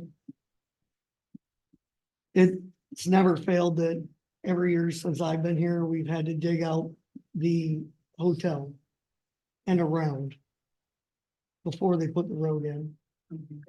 We've still had to dig that out. We've still had to dig out Grant Ridge, that back street up to Walmart and the cemetery. So it's not like we're not gonna use it. and we're just gonna use it out there. That's not what I want you to know. We're going to use it all over town to fix some of these other problems that we're still spending a lot of time at. And maybe we can slow down the snow from being plugged, and we've got to go in every day to unplug them. It was a good thing I drove out there this morning because they were half plugged back in at Grant Ridge. We have a place to be storing it when it's not in use, that's gonna be inside and not out. Yep, it'll sit inside on a back wall. Everything we have now sits inside.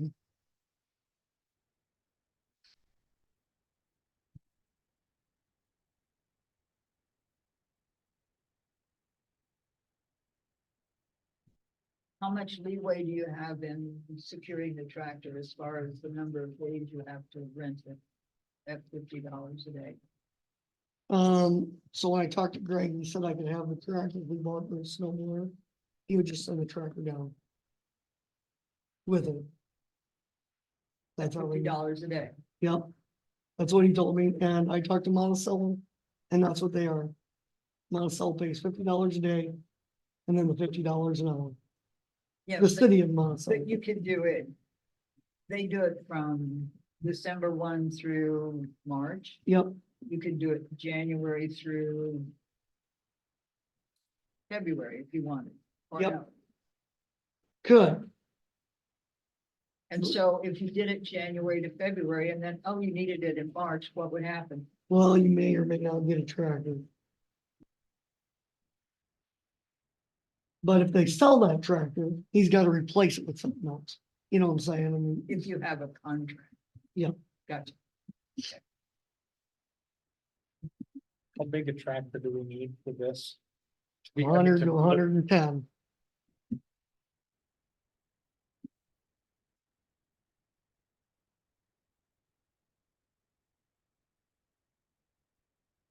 I don't know what that looks like. Sorry. Not as big as it used to be. Won't fit in your garage. It won't. No. Okay. Well, this snowstorm is rather unprecedented. You talk about the horseshoe down around Blue Track, Grant Ridge, the Walmart Hill. They've all been accessed with snowfalls over the years. So the only new variable in this equation is the roundabout. I gotta believe, Shane, if this would have been causing heartburn in the past, somebody had been before us before. We've been You're just coming here dealing now with in an unprecedented snowstorm. We may not get another one this year.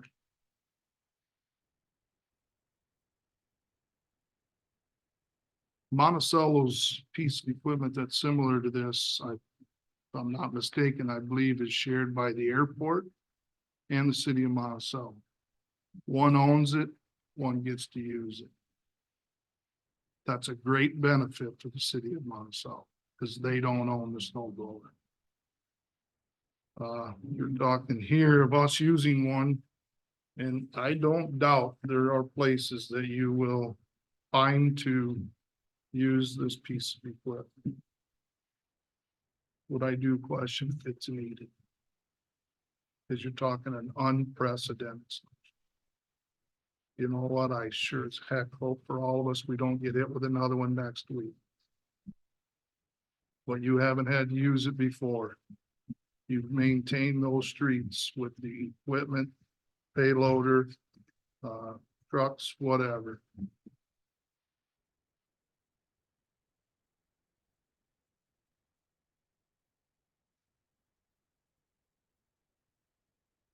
Council's decision.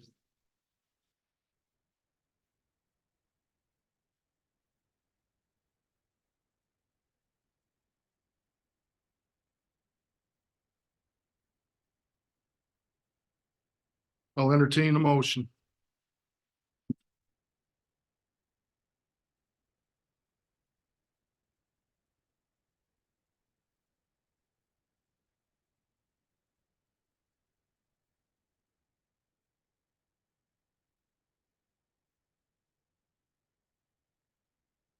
I'll ask for a motion.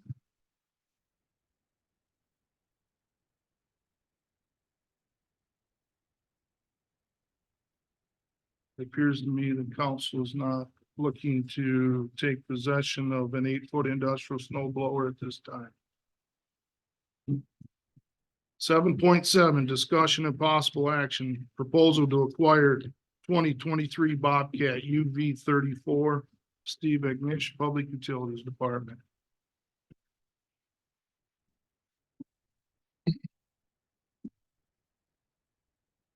I put my write-up in the packet.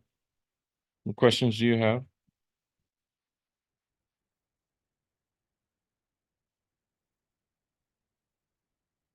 I brought this because this looked like a good opportunity to try to increase our capability when we're doing snow removal.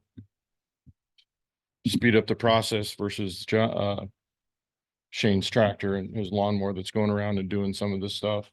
So that way somebody can get there a little bit faster. We could put an inmate in with the operator, so you can have two people. You can shovel the nodes and the intersections quick after they get done pushing it off. We propose putting a salt spreader in it also, so that way you could sand the sidewalks after you push them off if we need to. Guess I'll be the bad guy here. What budget are we talking about taking this out of? This is coming out of the water side. No, but I mean, 2023 or? We was gonna take it out of this year's budget. The funds are sitting there in the line item like I put at the bottom of the letter. Part of the reason or part of the, I think, justification was you were gonna transfer. Yes, one of the things that we were gonna do, since we would get this, we'd have a pickup that we'd be willing to give to Shane, because this truck or the side by side would take its place. The only thing that we would lose is the ability to drive out of town. It'll do everything that we need to do. It'll have the extra benefits because it'll be a smaller, more nimble piece of equipment. So we can do sidewalks and help with some of the other stuff. We're also looking, like I said in my letter, we have manholes, we have water mains out behind houses. If we need to get out there to them, we can take this piece of equipment out behind the house into the fields. We have a new development going out here that we'll have to continually locate the water mains and stuff like that. We're not going to be able to get a truck out there if we need to, because it'll be all tore up. For example, we can pull the camera out of the camera trailer, set the generator in there. We can take it out to some of these remote manholes to do our cameraing if we can't get the truck and trailer there. So it's a very useful piece. We have also proposed that if the PD needs to use it during a festival or some going on during the weekend, we would make it available to the PD at the same time. Because obviously we wouldn't be there at the weekend, but if they needed to use it, we would give them the keys and say, here you go. The only thing that we put the cab on it and we put heat in it only. That's the only thing we wanted. So that way, in during the wintertime operations, the operator would be warm. So the pickup. Mhm.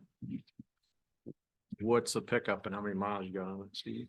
It has 23,000-ish, something like that. Say 2019 two-wheel drive, 3/4 ton Dodge pickup with a utility box on the back. What do you suppose that value is in that truck? Wouldn't have a clue. I did not look at the value of the pickup with that box on it. I'm gonna guess probably 20,000 miles or $20,000, sorry.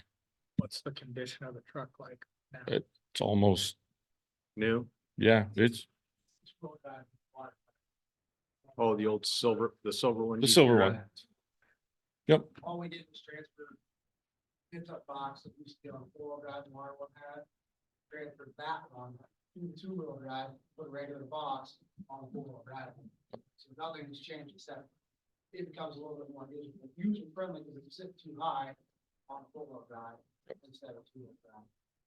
That's all that happens. How soon are we gonna be looking to have to replace a truck for your department? I know that, I think you had a budgeted this year for a truck, but you set that aside. Yeah, we decided not to do it. We put the money in the budget to do it. We decided not to bring forth for a pickup. So how many The first vehicles do truck, you guys have? the first truck that I would probably recommend in a year or two would be actually my pickup on the wastewater side. When it gets up to 100,000 miles, it has like 73 or 74,000, or no, I'm sorry, it has 77,000 on it now. So you're thinking maybe 2 years? 2 years or before so. That would be the first pickup that we would need to replace. I guess I would have a problem, being this was paid for out of utilities. And you are gonna give it to the general fund, free and clear, correct? Yes.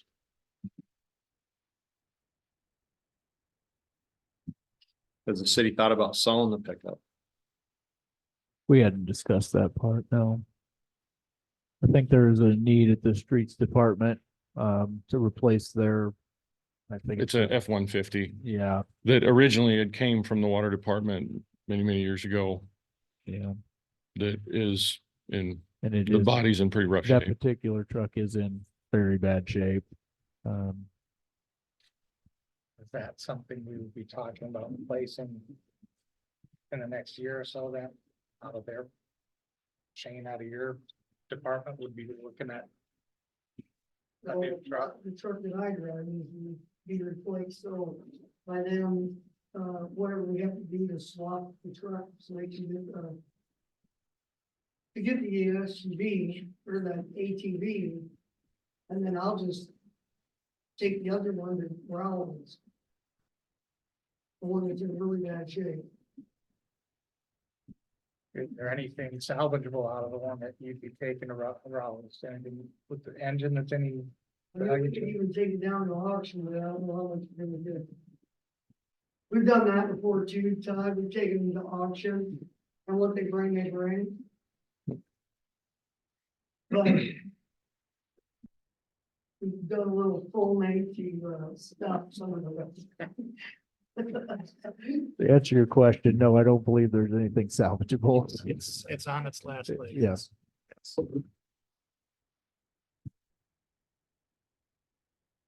Yeah, it's an 05.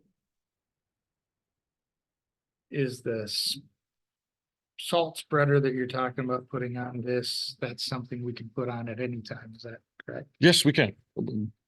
We've got other equipment that can do the spreading of that. It just, we thought we would put everything together.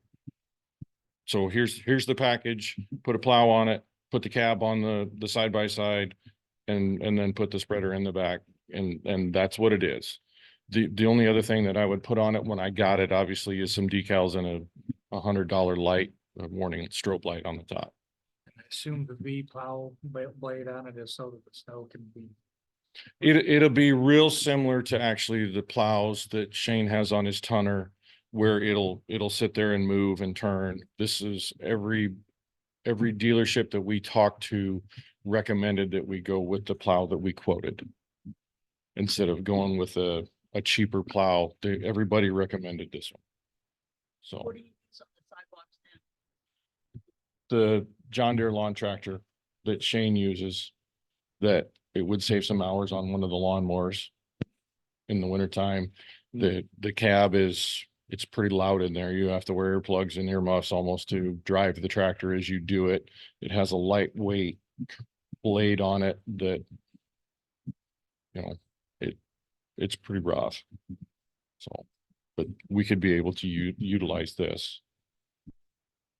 So would this mainly be used for utilities or for public works? We would primarily use it because we plan on using it like for flushing, hydrant flushing, locating. And like I said, if we do some sewer cammering out in the remote areas, we will retain ownership of it. If Shane needs to borrow it, like obviously we would just pitch in and let it be used for snow removal in the wintertime, because that's why we're setting it up this way. And then, like I said, if the PD needed to borrow it, I would let them borrow it also. Is this something we actually have to have? Yes or no? No, you wouldn't have to do it. But using my best judgment, trying to evaluate the situation that we're doing, the way we're doing things, trying to be more efficient. And I feel by purchasing this side by side, it would make operations more efficient. And the bottom line is trying to get more done in a day.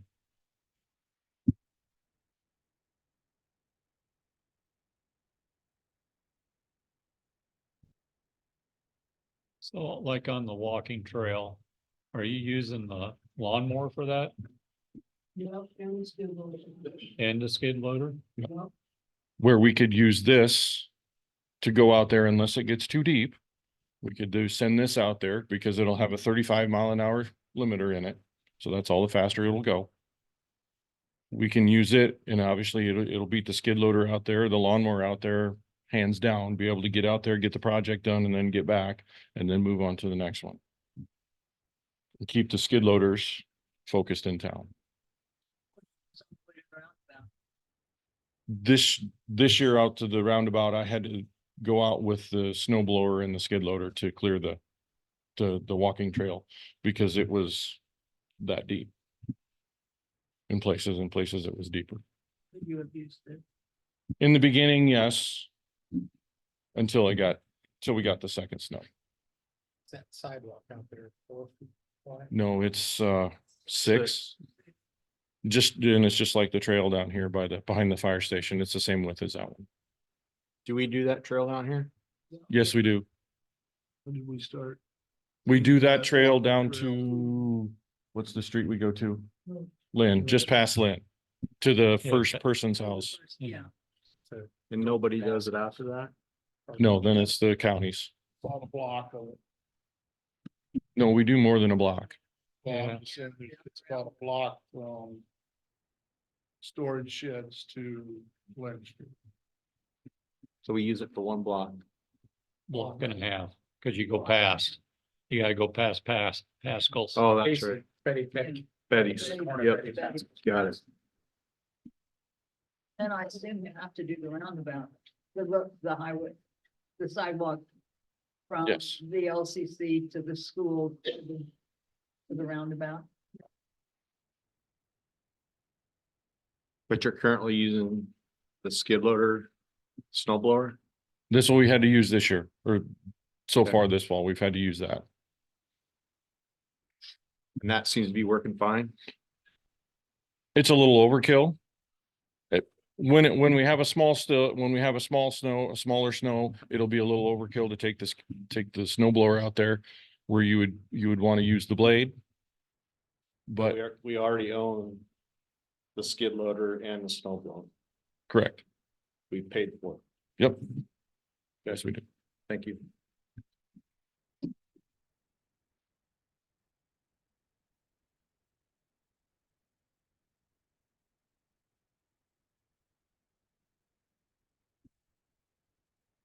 So the truck is on here and your swap correctly is 2019, so we're talking 4 years old. Yep. Purchased through through water. Through water. Department.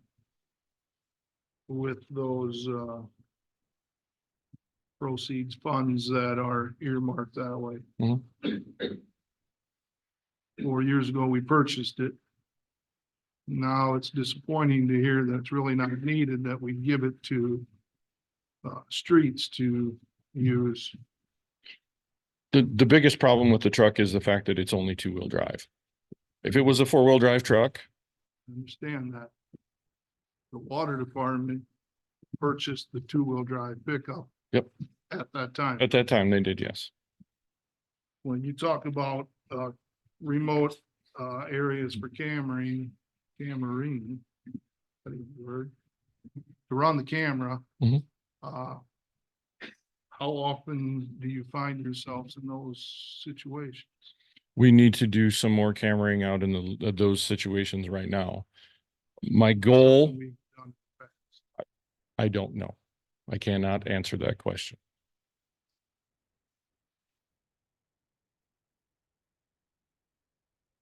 The walk trail, it's not like you're cleaning the entire walking trail. You're just doing it to roughly Lynn Street.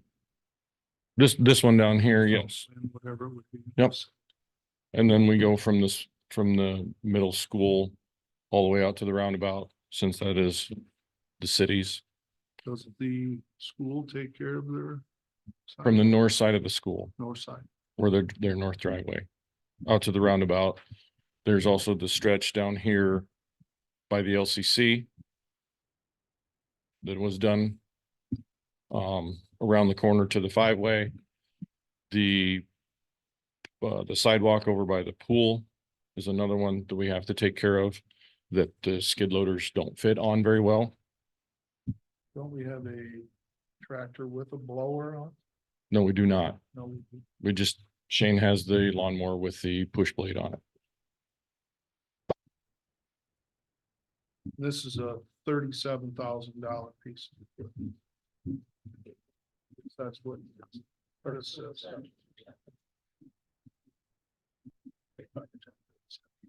It's 22 for the machine with a cab. It's $6,100 for the blade.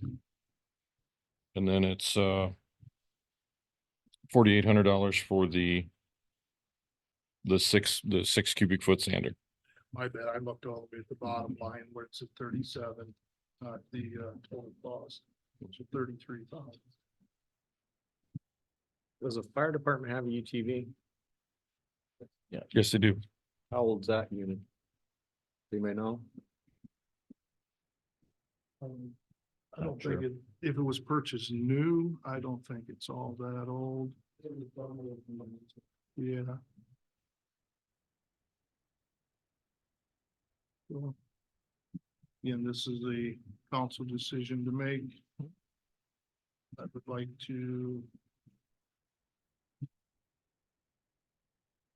I would suggest to council that equipment purchasing come to a halt.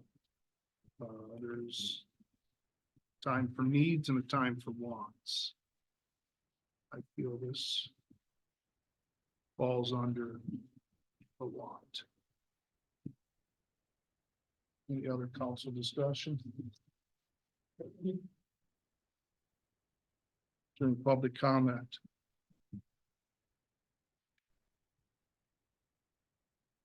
I'll entertain a motion.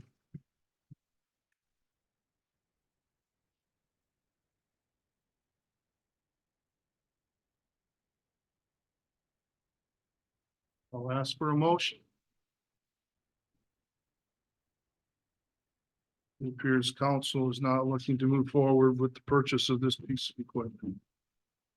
7.8, review and approve consent agenda. Pay request totaling $8,739.08. I'll read the 3 items. Council can make a motion, including consent, or they can itemize each individual item. Item A from HR Green in the amount of $312 for GIS services. Item B from Martin Garner Architecture in the amount of $1,425 for phase 2 of the Anamosa Downtown Revitalization Project phase. Item C from Snyder and Associates in the amount of $7,002.08 for phase 2 of the 2nd Street Lift Station Improvement Project. Move to approve the consent agenda. A second. Motion by Rich, second by Dan. Council discussion on the items. Public comment. Benny? Let's start with Club, Yes. Dan Smith, Yes. Kate, Yes. Susan, Yes. Weimer, Yes. Motion to approve consent carried. 8.0 City Administrators Report. City Hall, we were able to, well, I think we just kind of stumbled across it. I would like to say that we were seeking this out, but realized that we were not using some of the functions on Tyler Technology yet we were being billed for them. We contacted them and asked them to please stop billing us for those things, as well as give our money back if they would please. So they did. We got $17,000 back from them. Nice. We also restructured our credit card purchasing processes. They were the city was incurring those credit card fees. We have reset that up, so those are now being passed on to the consumer, like most places. Roughly save about 3,600 to 4,800 a year. And I do know I indicated I would have the budget to you guys at least to look at for about a week or so until our next budget session. Do not have that tonight. I apologize. I'm going to work on it for the next couple of days and try to get that to you so you can at least look at it.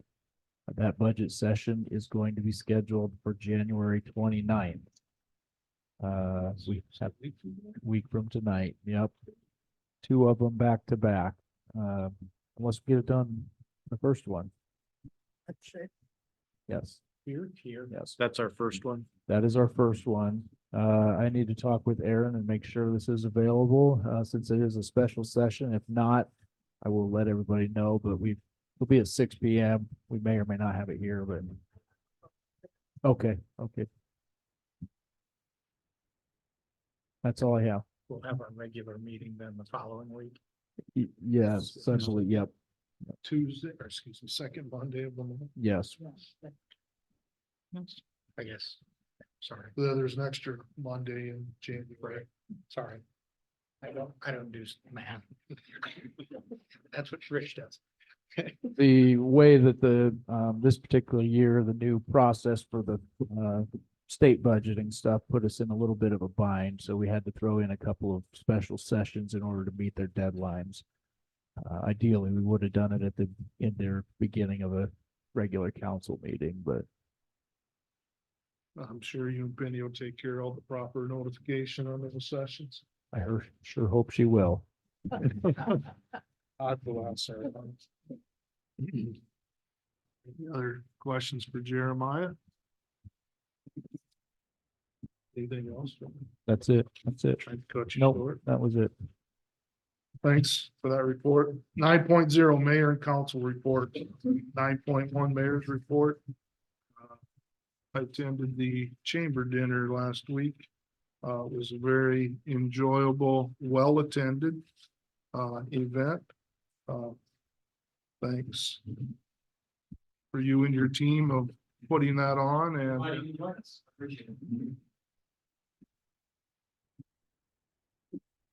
9.2 council reports. The library sign, it has been hung. I forgot to say that last time, and the library's been working diligently on the budget. Good. Look forward to see it. I have a question, Rod. You appointed us to, I'm on the landfill committee and help me out. Senior dining. Senior dining. Will they contact me to go to meetings? How does that work? I'll have to defer that question to Penny Because I was just curious when the next meetings were. I haven't heard anything. they do have it, Penny. Okay, good. Okay, thank you.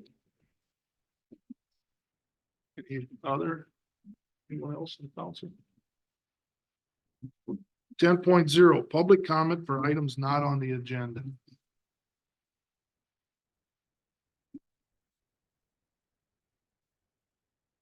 11.0 adjournment. This evening's meeting is adjourned.